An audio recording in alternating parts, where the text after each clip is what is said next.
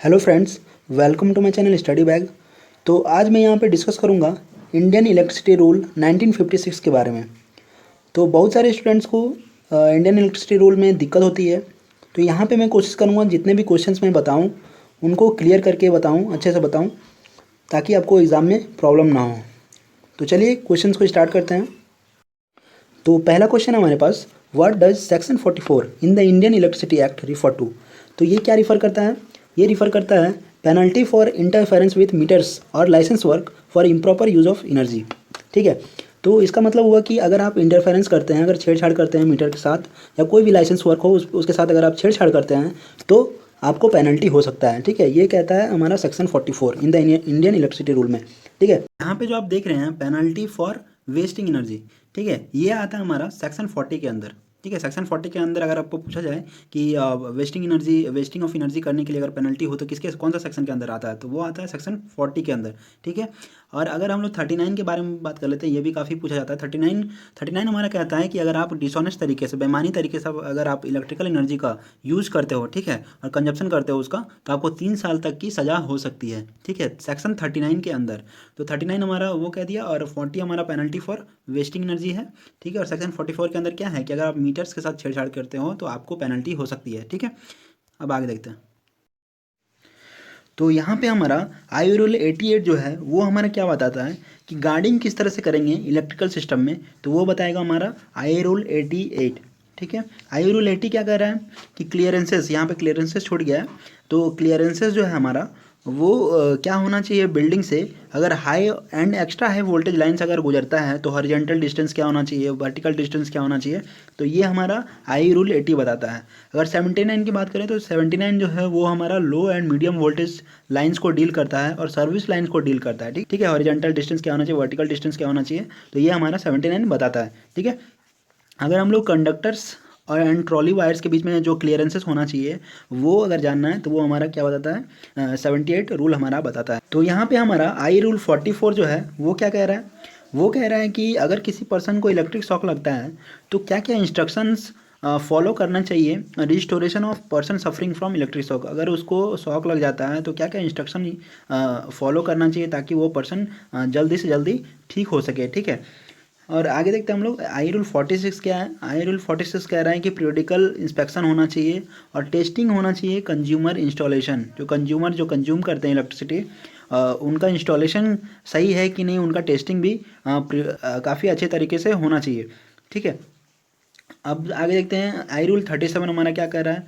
37 हमारा बोलता है कि सप्लाई किस तरह से करेंगे व्हीकल ट्रेन्स में, तो उसके बारे में बताता है आई रूल 37 हमारा। ठीक है, आई रूल 38 हमारा क्या बोल रहा है कि केबल कौन सा यूज़ करना है पोर्टेबल और ट्रांसपोर्टेबल ऑपरेटर्स के लिए। ठीक है, तो केबल कौन सा यूज़ करेंगे तो ये हमारा कौन बताएगा, आई रूल 38 बताएगा। ठीक है, अब आगे देखते हैं। तो यहाँ पे मैंने ऐसे क्वेश्चंस को सेलेक्ट किया है जो एग्ज़ाम में बार बार पूछे जाते हैं। तो चलिए यहाँ इनको डिस्कस कर लेते हैं। तो सबसे पहला है हमारा कि the minimum permissible size of aluminium cable for lightning circuit. ठीक है, तो वो क्या होता है हमारा 1.5 स्क्वायर mm होगा permissible size of the aluminium cable for lightning circuit के लिए। ठीक है, अब यहाँ पे देखिए दूसरा बोल रहा है कि the diameter of GI pipe कितना होना चाहिए which the earth wire needs to be taken out. ठीक है, तो वो कितना होना चाहिए हमारा 13 mm होना चाहिए। ठीक है, the working space around the main switching board according to I rule 51 कितना होना चाहिए 0.914 होना चाहिए हमारा वर्किंग स्पेस। ठीक है, आगे देखते हैं the value of earthing resistance of large power station. तो लार्ज पावर स्टेशन के लिए कितना अर्थिंग रेजिस्टेंस का वैल्यू होना चाहिए 0.5 ओम होना चाहिए। ठीक है, यहाँ पे ब्रांच सर्किट जो है वो must not feed more than 10 points. तो ब्रांच सर्किट जो हमारा 10 पॉइंट से ज़्यादा फीड नहीं करवाना चाहिए। तो इसके पहले हम लोग जो फर्स्ट पॉइंट पढ़े थे उसमें उसमें यही क्वेश्चन था कि the minimum permissible size of the wire for aluminium cable था। ठीक है, तो फॉर अल्मुनियम केबल के लिए आप देख सकते हैं कि 1.5 स्क्वायर mm है।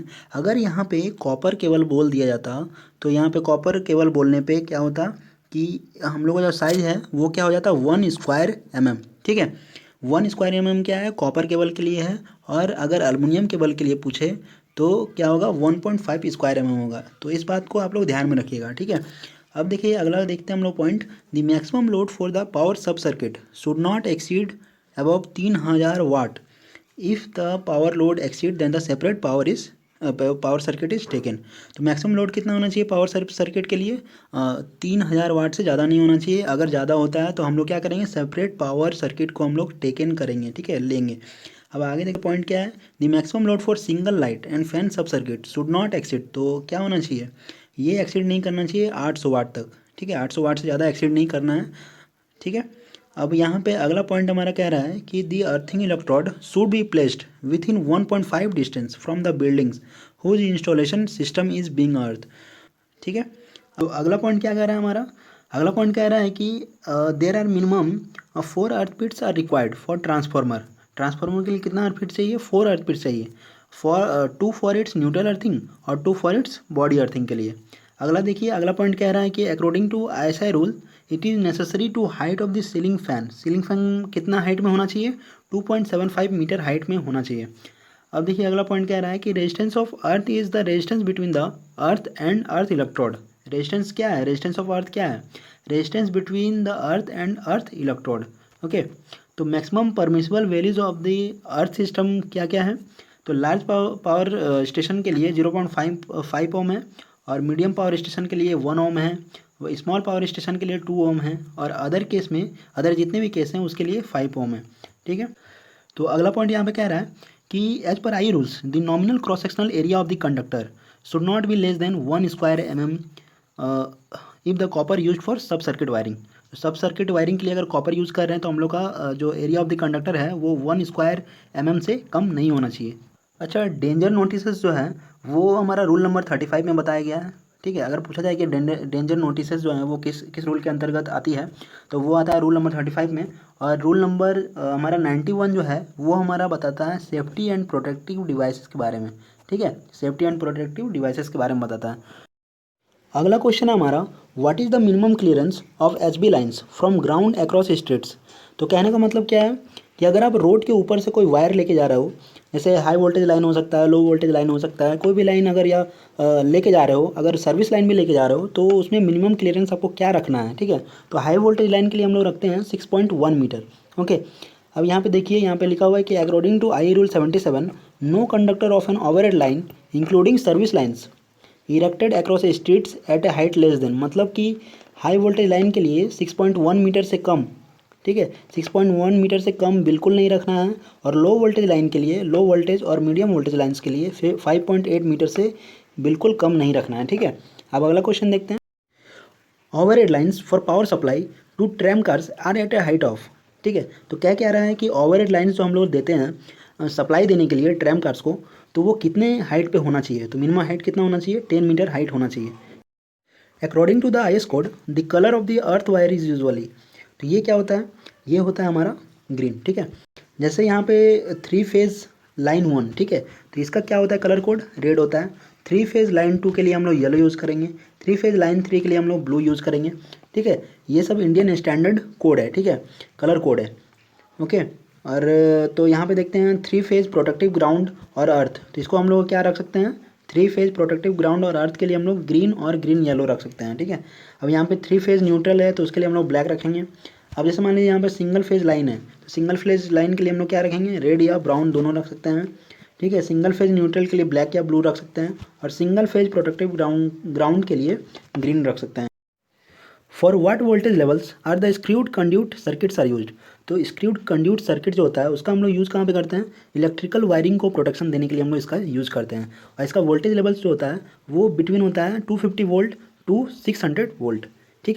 What is the dimension of copper strips used for strip earthing. तो इसका डायमेंशन कितना होता है, इसका डायमेंशन होता है 25 mm इंटू 4 mm, ठीक है।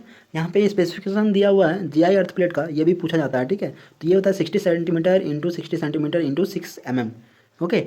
आगे देखते हैं, what is the maximum load that can be connected in a circuit connecting only lighting points, ठीक है। तो लाइटिंग पॉइंट्स कहने का मतलब क्या होता है, यहाँ पे लाइटिंग पॉइंट्स कहने का मतलब हो गया कि जैसे फ़ैन हो गया, बल्ब हो गया, ठीक है, और जैसे कॉल बेल वगैरह होता है, तो ये सब लाइटिंग पॉइंट्स होते हैं। तो इन सब के लिए हम लोग को मैक्सिमम जो लोड कनेक्ट करना है वो होता है 800 वाट का, ठीक है, 800 वाट का मैक्सिमम लोड कनेक्ट करना है, इससे ज़्यादा हम लोग को नहीं करना है प्रत्येक सर्किट में, ओके। अब आगे देखते हैं, what is the size of aluminium conductor used for sub circuit in a domestic wiring. ठीक है। तो यहाँ पे ये होता है, इसका आंसर होगा हमारा 1/1.4 mm का साइज़ होता है अल्मीनियम कंडक्टर का हम लोग यूज़ करते हैं for sub circuit in domestic wiring. तो वीडियो को यहीं पे ख़त्म करते हैं। आई होप आप लोग को वीडियो पसंद आया होगा। तो प्लीज़ मेरे चैनल को सब्सक्राइब कीजिए, लाइक कीजिए एंड वीडियो को शेयर कीजिए। Thank you.